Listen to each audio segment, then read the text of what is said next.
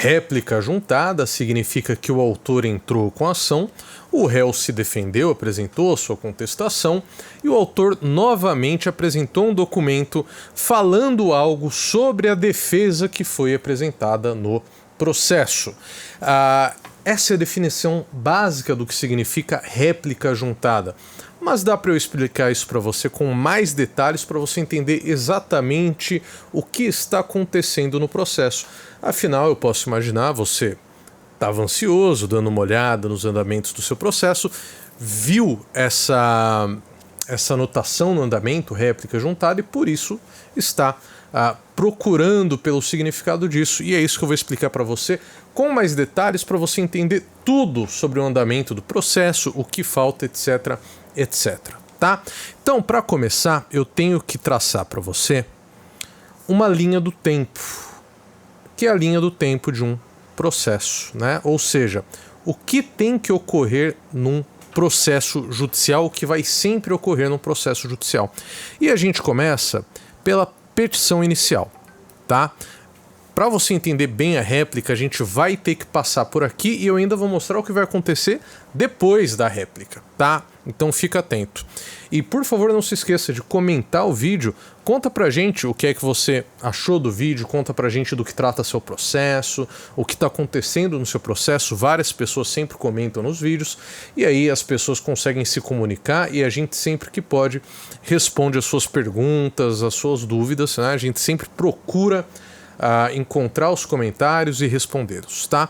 Então, um processo começa com uma petição inicial. O que é a petição inicial? É o documento no qual o advogado vai dizer para o juiz a história e fazer o pedido HP, né? Como assim contar a história? Olha, vamos supor que seja um processo. Isso vai valer para qualquer caso, tá? Eu vou dar só um exemplo, mas vamos supor que seja um processo de negativação indevida. Então o consumidor abriu lá a Serasa e viu uma negativação. Ocorre que o autor não tem dívida nenhuma e mesmo assim está negativado. O que o advogado vai fazer? Entrar com esse documento chamado petição inicial e vai contar a história para o juiz. Olha, o consumidor estava lá de boa, de repente ele abriu perfil dele da Serasa, viu uma negativação indevida e agora está impossibilitado de conseguir crédito na praça. E quais são os pedidos? Quero que seja baixada a negativação e quero que o autor seja indenizado por dano moral, tá? Repito, isso aqui é só um exemplo para você entender, mas isso aqui vai funcionar para 99% dos processos, tá? Então, muito bem, entrou com a petição inicial, o que tem que ocorrer? O juiz tem que avisar o réu, ou seja, a parte que está sendo processada, de que tem um processo contra ela. Concorda comigo que não dá para o processo correr sem que uma parte saiba que está sendo processada e possa se defender, né? É um direito constitucional a ampla defesa e o contraditório, poder ir no processo e se defender da maneira que você achar que é a maneira correta de se defender, né? Então o juiz vai enviar uma carta para essa parte e essa carta se chama citação, tá? A partir do momento que o réu, a pessoa que está sendo processada ou a empresa que está sendo processada recebe essa carta, ela tem 15 dias para apresentar uma defesa nesse processo, tá? Como que chama essa defesa que ela vai apresentar? Você pode, provavelmente, se você está vendo aqui essa questão da réplica, é porque você já viu no seu processo que há também uma contestação. Assim como o documento com o qual se abre o processo por parte do autor é a petição inicial, o documento que o réu vai apresentar para se defender é a contestação. E aqui o réu pode contestar de diversas maneiras, né? Ele pode dizer desde assim, olha, esse consumidor está mentindo, eu nunca negativei ele. Ou então pode dizer, esse consumidor eu até negativei, só que o advogado dele é um safado que não apresentou procuração, ou seja, não tem nenhum documento assinado dizendo, olha, esse aqui é meu advogado. Ele também pode dizer, negativei, tá? Negativei, mas é porque ele deve mesmo. Ele está querendo limpar o nome sem pagar a dívida. Tem várias defesas que o réu vai poder fazer. Concorda que tudo isso aqui é muito grave? É muito grave. Então o autor tem que ter mais uma chance de falar nos autos. Que chance é essa? Finalmente é a réplica, tá? Então, na réplica, o autor vai se defender da defesa que o réu apresentou da petição inicial, tá? Então, na réplica, o autor vai falar, olha, nunca negativou? Negativou sim. Olha aqui o print do Serasa.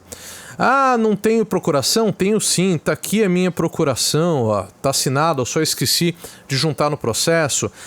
Não, negativei porque ele deve mesmo? Não deve não. Mentira, não deve, tá? E aí, ultrapassada a réplica, e agora entra o que talvez você queira saber, que é o que ocorre agora e quanto tempo demora para você ter uma sentença nesse processo. Muito bem. O momento que vem agora é o da produção de provas, tá? Vai ter quem chame de saneamento. Então, produção de provas. Vamos supor, essa produção de provas, ela pode ocorrer com todo tipo de prova. Então, por exemplo, se você tem testemunha de alguma coisa, é agora que você vai falar para o juiz, quero ver a testemunha. Então, bateram atrás do meu carro, você tem prova que foi o fulano que bateu? Bom, eu não tenho nenhum vídeo, não tenho nenhuma foto, mas tem o Joãozinho que estava no bar da esquina e viu ele batendo no meu carro. É uma produção de provas, você vai levar uma testemunha para falar para o juiz que viu quem bateu atrás do seu carro.